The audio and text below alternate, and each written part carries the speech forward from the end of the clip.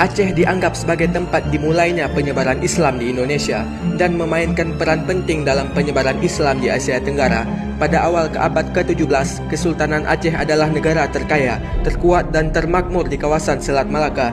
Sejarah Aceh diwarnai oleh kebebasan politik dan penolakan keras terhadap kendali asing, termasuk bekas penjajah Belanda dan pemerintah Indonesia.